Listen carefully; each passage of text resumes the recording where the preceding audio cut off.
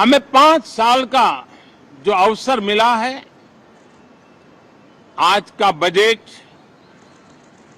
हमारे उन 5 साल के कार्य की दिशा भी तय करेगा और ये बजट 2047 जब आजादी के 100 साल होंगे, तब विकसित भारत का जो हमारा सपना है, उस सपने को पूरा करने की मजबूत नींव वाला बजट लेकर के हम कल देश के सामने आएंगे। हर देशवासी के लिए एक गर्व की बात है कि भारत बड़ी इकोनॉमी वाले देशों में सबसे तेज गति से आगे बढ़ने वाला देश है। गत 3 वर्षों में लगातार 8% ग्रोथ के साथ, 8% ग्रोथ के साथ हम आगे बढ़ रहे हैं, हम ग्रो कर रहे हैं। आज भारत में पॉजिटिव आउटलुक, इन्वेस्टमेंट और परफॉर्मेंस एक प्रकार से अपॉर्चुनिटीज की पीक पर है। ये अपने आप में भारत की विकास यात्रा का एक अहम पड़ाव है। साथियों, मैं देश के सभी सांसदों से, किसी भी दल के क्यों न हो, मैं आज आग्रहपूर्वक कहना चाहता हूं कि हम गत जनवरी से लेकर के हम लोगों के पास जितना सामर्थ्य था, उस सामर्थ्य को लेकर के जितनी लड़ाई लड़नी थी लड़ ली। जनता को जो बात बतानी थी बता दी। किसी ने राह दिखाने का प्रयास किया, किसी ने गुमराह करने का प्रयास किया, लेकिन अब वो दौर समाप्त हुआ। देशवासियों ने अपना निर्णय दे दिया। अब चुने हुए सभी सांसदों का कर्तव्य है, सभी राजनीतिक दलों की विशेष जिम्मेवारी है कि हमने दल के लिए जितनी लड़ाई लड़नी थी लड़ ली। अब आने वाले 5 वर्ष के लिए हमें देश के लिए लड़ना है, देश के लिए जूझना है, एक और नेक बनकर के जूझना है।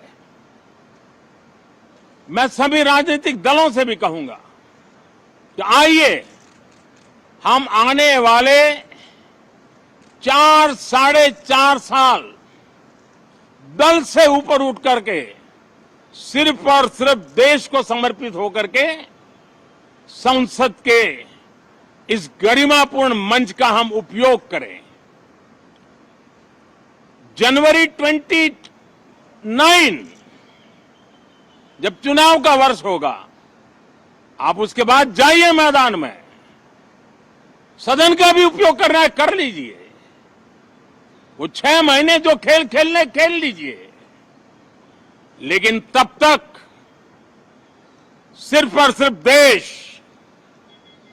देश के गरीब, देश के किसान, देश के युवा, देश की महिलाएं, उनके सामर्थ्य के लिए, उनको एम्पावर करने के लिए जन भागीदारी का एक जन आंदोलन खड़ा कर करके 2047 के सपने को पूरा करने के लिए हम पूरी ताकत लगाए। मुझे आज बहुत दुख के साथ कहना है कि 2014 के बाद कोई सांसद 5 साल के लिए आए,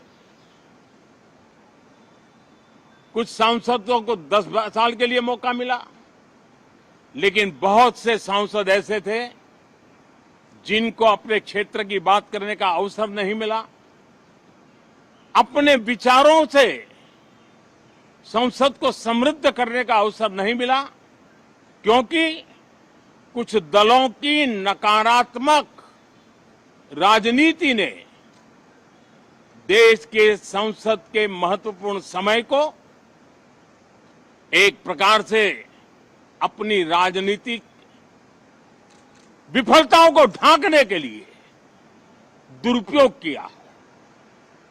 मैं सभी दलों से आग्रहपूर्वक कहता हूं कि कम से कम जो पहली बार सदन में आए हैं, ऐसे बहुत बड़ी संख्या में हमारे माननीय सांसद हैं और सभी दल में हैं, उनको अवसर दीजिए, चर्चा में उनके विचारों को प्रकट करने का मौका दीजिए, ज्यादा से ज्यादा लोगों को आगे आने का अवसर दीजिए।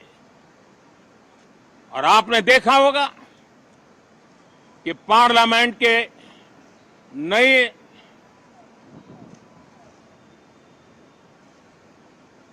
संसद गठन होने के बाद जो पहला सत्र था,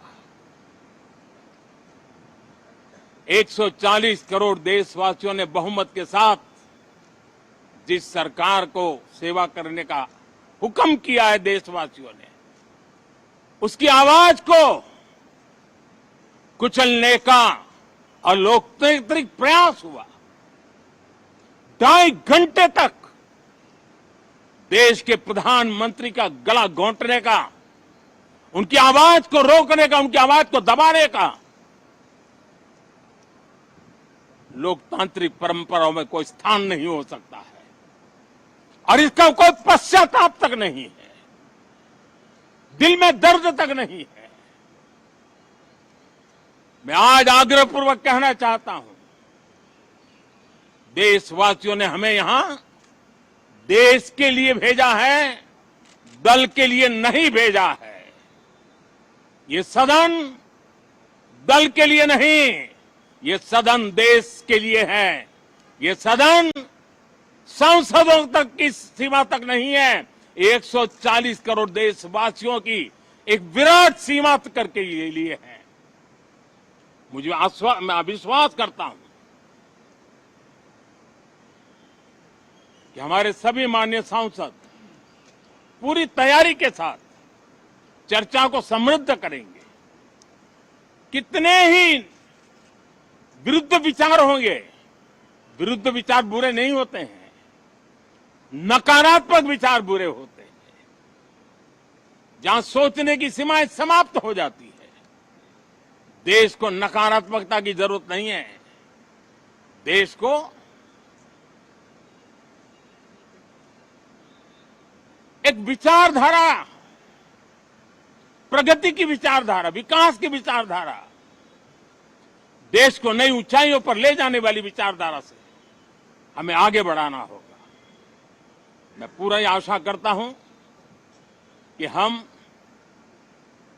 लोकतंत्र के इस मंदिर का भारत के सामान्य मानवीय की आशा आकांक्षाओं को पूर्ण करने के लिए सकारात्मक रूप से उपयोग करेंगे। बहुत बहुत धन्यवाद साथियों। सही फैसला तो कुछ सालों पहले आपने लिया था, मुझे सही जगह पढ़ने भेजकर। भूल गए? सवाल 4 साल का नहीं, पूरी जिंदगी का है। This is NAC A++ opportunity. Maharshi Markandeshwar deemed to be University, Maulana Ambala.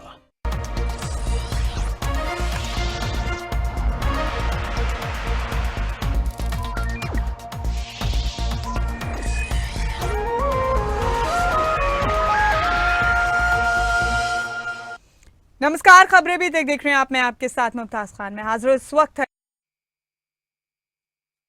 Haryana में ईडी के एक्शन समेत कई मुद्दों को लेकर इन दिनों सियासी संग्राम छिड़ा है। हाल ही में हरियाणा में ईडी के छापों के बाद अब सियासत की डगर बदल गई। कांग्रेस सीधे बीजेपी पर केंद्रीय एजेंसियों के गलत इस्तेमाल का आरोप लगा रही, तो बीजेपी की तरफ से सफाई आ रही है कि ईडी फ्री हैंड होकर हर एक्शन कर रही है।